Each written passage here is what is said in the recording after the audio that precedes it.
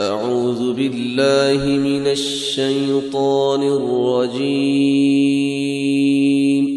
بسم الله الرحمن الرحيم. وقال ربكم ادعوني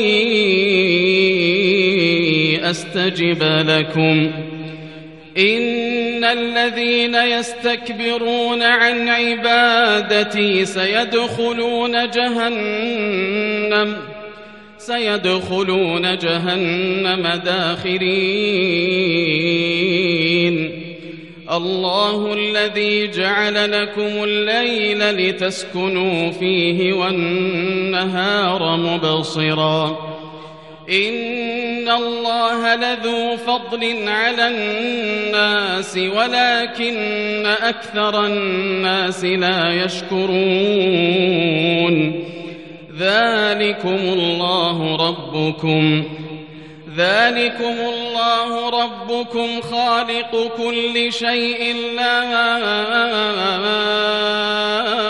إله إلا هو فأنى تؤفكون.